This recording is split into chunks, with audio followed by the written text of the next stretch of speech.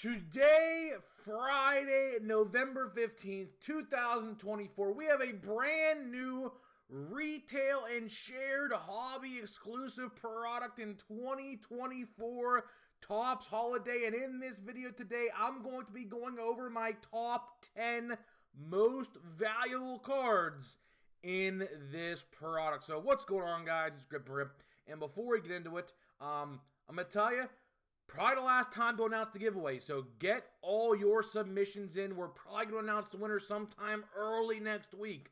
All you got to do, be subscribed, like this video, turn on the post notifications, and last but not least, comment in the comment section down below what your favorite moment this baseball season was. We hit 10,000. I'm starting to look through the submissions, so this is probably the last time I'm going to announce this, and this is it. So if you haven't done it yet, do the steps, and we'll see who wins.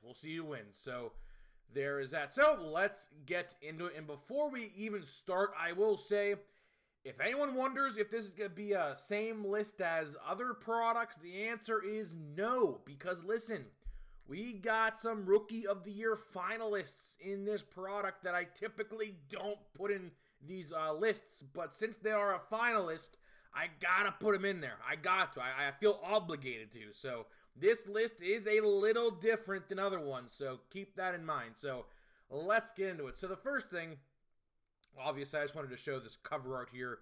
And actually, I wanted to show something too. I don't know if you guys seen this or not, but we're going to go to this website right here. And look, here is how the tins will be sold, I guess, at Walmart. Hobby stores, for whatever reason, are not going to get these. I don't know why. So I'm assuming this is just going to be like a Meijer, maybe Target, I don't think so, Walmart thing. So as you see here, they're sold in counts of 6. And that's what it looks like. That's what the packaging looks like. So kind of bizarre. It's only 6. I think stores will probably get at least 2 6 counts, so make it 12. But yeah, I just wanted to put this in the video because I thought you guys would like to see that. So if you see this in the store, this is what this is. So here we go, man. Here we're going to go to number 10. We're starting off Holiday with Jackson Holliday. You see what I did there? Of course, Jackson Holliday is number 10 on this list. No surprise here. I typically put him at 10 just because he's valuable, but he's the least most valuable in my eyes, if that makes any sense. So either way, let's read his stats as usual. So the 2024 regular season, 190 at-bats. He had 36 hits, 5 homer, 23 RBI, average 189 with an OPS of 566. Obviously not what you want to see out of one of your top guys, but again, only 20 years old. He turns 21 literally in like 3 weeks or whatever. There is still plenty of time for him to develop. I think he will develop.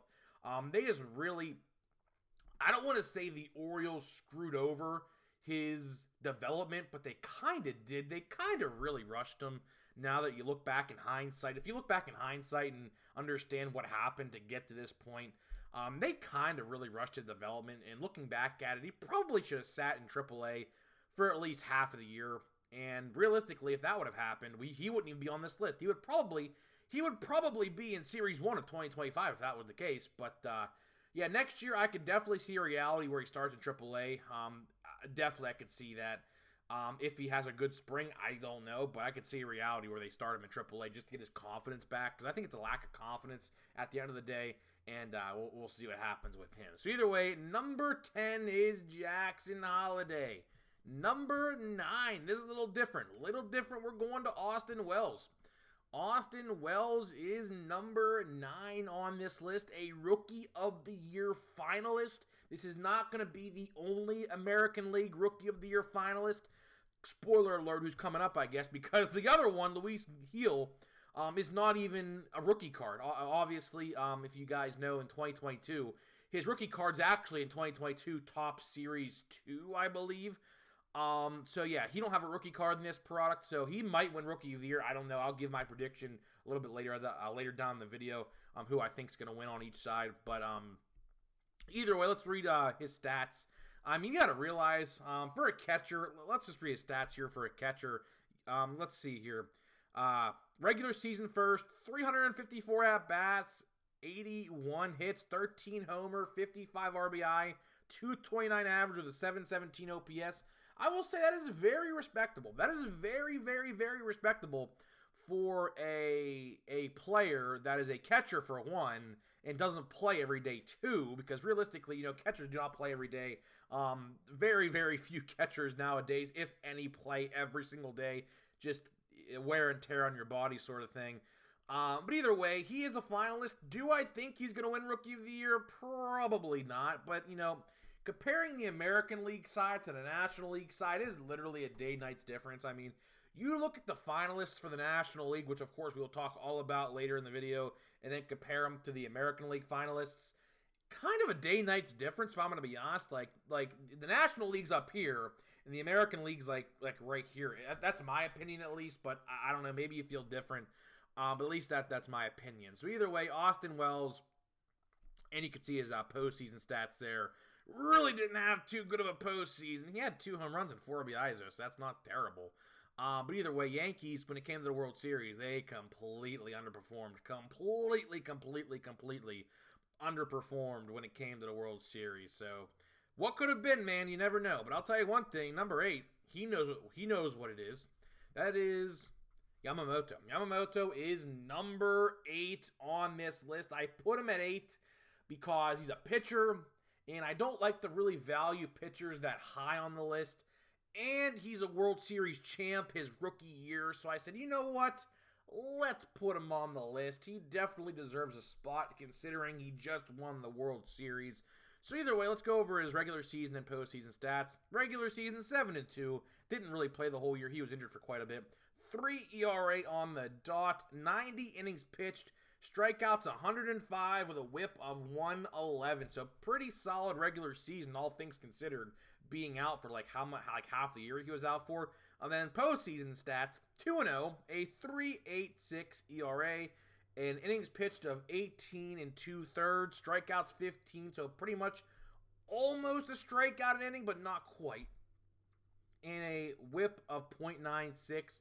Very good postseason. He had one really bad game against the Dodgers, or not the Padres, I believe, which inflated his ERA up a bit. But I think the Dodgers actually came back and won that game, hence why he's not 2-1, or at least off the hook. At least I guess he maybe got. I don't really know. I don't really remember. The postseason's kind of a blur at this point, except the World Series, obviously. But everything leading up to that's kind of a blur now, unless you're a fan of one of those teams, of course. But for me, being a Pirates fan, didn't really have much interest watching the playoffs. But still good nonetheless. So either way. Number 8 is gonna be Yamamoto. Number 7, this one's a little different. We're going to Colton Cowser. That is right, Colton Cowser is on this list at number 7. A Rookie of the Year finalist. That is right, a Rookie of the Year finalist for the American League. Let's go over his regular season stats first. 499 at-bats, 121 hits, 24 homers, 69 RBI, average 242 with an OPS of 768. Very, very solid. Very, very solid stats. Very solid stats. Let's read his regular season, or postseason, I should say. Only 7 at-bats, 1 hit. Of course, they got bounced in 2 games, I believe it was. 1 hit and average of 143, OPS at 286. Obviously, 1 hit out of 7 at-bats. Not going to really cut it. But again, he only played 2 games. He got bounced first round to, I believe it was the Royals, I believe it was. I could be wrong, but I'm pretty sure it was the Royals that bounced him out. But either way, when it comes to the American League side, for Rookie of the Year, you have Austin Wells, Colton Cowser, and Luis Gil, or Gil. I still don't know how to pronounce his last name, by the way. But either way, let's just roll with it, right? Who do I think's going to win Rookie of the Year? Well, there could be a legit chance. I mean, I don't really know how these writers are going to vote, but I could see a reality, call me crazy, where Colton Cowser actually wins Rookie of the Year, because you look at these stats, right? I mean, these stats are really, really solid. And, Luis Gil, whatever, was technically a rookie in 2022. I don't think played at all last year. So he technically still has that rookie status. Is he going to win it? I don't know. He was like, 15-7 with a 3.8 ERA. I don't know. And then Austin Wells, I mean, okay for being a catcher, but really is that Rookie of the Year material? I'm going to go on a whim and say Colton Cowser probably realistically might win Rookie of the Year. I wouldn't be shocked. It's going to be close in that because three of them, I mean, he's not really mid per se, but you have a pitcher who was technically a rookie in 2022 and then a catcher who was kind of decent but mid at the same time. I could see a reality where Colton Cowser wins Rookie of the Year. We'll have to wait and see, of course, in December.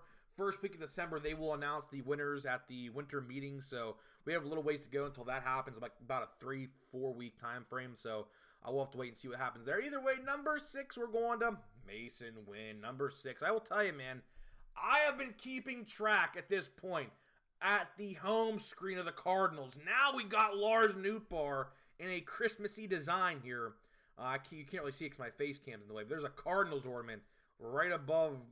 You can somewhat see it, I guess. So now they put a Christmas design up, and now it's not Arenado, now it's Nootbaar. I will say, they update their website like every day. I'll give them credit where credit is due. Whoever's running the website for the Cardinals, I will tell you they do a good job because they literally update it like literally every single day, which other teams do not. So, could appreciate that, I guess, right? So either way, let's look at his stats. He had a really, really good year this year. Very good year. 587 at-bats, 157 hits, 15 home runs, 57 RBIs, average 267 with an OPS of 730. Very, very good. Again, I always say this when I talk about the Cardinals. He is probably the face of the franchise. Because Arenado's realistically, I think next year's his last year on contract there. He's probably not coming back. Jordan Walker had a down year, so it's really a question mark with him, what he's going to do going forward. I could see Masyn Winn being the face of the franchise for sure of the St. Louis Cardinals as soon as next year. So we'll have to wait and see what happens there. They're in my division, so I'm not going to, knock them or anything. But, for my sake, I'd rather see the Pirates do well. But, I think the Cardinals are in a rebuild per se, but they never really rebuild. They're like basically the Pittsburgh Steelers or the New York Yankees in that essence, where they never rebuild. They try to stay relevant their entire time. So I don't know. I do think though at the end of the day, Masyn Winn will be the face of the franchise as soon as next year. Call me crazy. In 2026, he could be the face of the franchise moving forward for the Cardinals. So we'll have to wait and see. Number 1, 2, 3, 4, 5. Number 5, I lost my count. We're going to Wyatt Langford. One of my favorite rookies in the 2024 season was Wyatt Langford. Just one shy of 500 at-bats, 126 total hits, 16 RBIs, or home runs, 74 RBIs, average of 253 with an OPS of 740. Very, very good season, man, for being 22. I could see a reality where they do extend him. We'll have to wait and see, I guess, what happens. I can see it definitely a reality, though, where they do extend him for a long-term deal. Like, if he does really well next year and does really good, next offseason, like this time next year, I could see a reality where they sign him to a long-term deal because I think he's definitely going to be one of those face of the futures that they got. Obviously, they got Semien, they got Seager. Kind of underwhelming this year because they didn't make the playoffs. Obviously, World Series champs in 2023 didn't make the playoffs this year. I think that'll change next year. Probably a wild card spot, realistically. So we'll have to wait and see what happens there. So either way, number 5 is Wyatt Langford. Number 4, we're going to Elly De La Cruz. Elly De La Cruz is number 4 on this list. The only reason I put him at 4 is because we got the Rookie of the Year finalists ahead of him. Which, of course, he is not a Rookie of the Year finalist. If you wanted to know why, he graduated rookie status at the end of last year, so he is not considered a rookie. Kind of crazy considering he got called up a year and a half ago, as you see debut June 6, 2023, and they're still pumping out rookie cards of this guy. He should have, realistically, Elly should have been an update last year. But for whatever reason, they didn't do it. Probably because they wanted to milk out his rookie cards. Because realistically, if you don't put him in update last year, he's going to miss out on all those products. As the Series 1 this year, he got Series 1, update, Big League, Bowman, you name it, they were all there. So either way, Let's read the stats. 618 at-bats, 160 hits, 25 homers, 76 RBIs, stolen bases, 67. 259 average with an OPS of 810. Again, as I said with Langford and Winn, face of the future franchise of the Reds. He is definitely their top guy. Do I see them extending him to a long-term deal? I mean, I could see it now that they got a new manager. I think that they're going to overperform. I hate to see this, but I could definitely see the Reds making the playoffs next year. I could see that. I hate to say that as a Pirates fan, but I could see it. With Terry Francona, that was a great hire. I will say that. Terry Francona was an absolutely tremendous hire for the Reds. I will continue to say that. People don't understand it just yet, but they will. Probably early on next year, so we'll have to wait and see. Number 3, though, we're getting into the top 3. We're going to Jackson Chourio. Yes, Jackson Chourio is number 3 on this list. Actually, just pulled, if you watched my video the other day, really cool. I opened an update Fanatics box, and I pulled a retail blue of Jackson Chourio, a kind of a color match considering they're dark blue, so really cool hit I pulled there in that box. Either way, let's read his stats in the regular season and postseason. 528 regular season at-bats, 145 hits, 21 homers, 79 RBI, average 275, OPS of 791. Let's look at the postseason real quick. 11 at-bats, 5 hits, 2 homers, 3 RBI, average 255, OPS 1500. He had a very, very good postseason. Of course, got bounced to the Mets in an absolutely insane, what was it, Game 5 it would have been? I don't really know. Yeah, it would have been Game 5, I believe, where, like, it was insane, where Pete Alonso hit that insane home run. That's a game that people will never forget, whether it's good or bad. You will never forget it. Either way, again, as I said with the other guys, he is going to be the face of the Brewers here very soon, because realistically, Yelich getting older. I don't really know how many years he has left on that contract. I think like 5 years, actually, so it's pretty long. But, you know, he's kind of winding down. He has back problems, got back surgery last year. So, realistically, you're looking at a young guy to really take that mantle, and it's going to be him, no doubt about it. He is going to be the face of the franchise of the Brewers. They extended him to a long-term deal already for a reason. The dude is only 20 years old, and they already extended him to a long-term deal. So that tells you how much faith they have in him to carry that torch moving forward. So either way, by the way, Rookie of the Year finalists as well. These guys I kind of ordered in how I view the Rookie of the Year, so it shouldn't be no surprise who the next two are. Either way, number 2, we're going to Jackson Merrill. Jackson Merrill had a very good year this year as well. Let's read his stats real quick. 554 at-bats, 162 hits. He had 24 homer, 90 RBI, an average of 292, and an OPS of 826. I think it says, 6. And postseason, 24 at-bats, 4 runs, 6 hits, 1 home run, 5 RBIs, average 250, OPS 833. Again, this is the theme of the video. Face of the franchise moving forward. Now, the Padres are a little different because obviously they have Machado, Tatis. Now they got Merrill. So, now, and Arise, by the way. Luis Arise, by the way. Who's not named here. And Bogarts right there as well.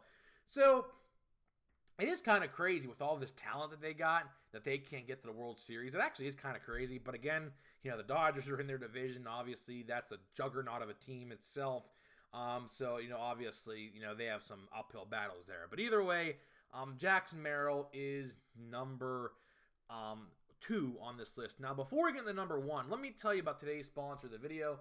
This video today is sponsored by SeatGeek. SeatGeek is the official ticket market of Major League Baseball. We have partnered up to deliver huge savings for you guys who watch my videos. So click the link down below, download the app today, use my promo code GRIPANDRIP.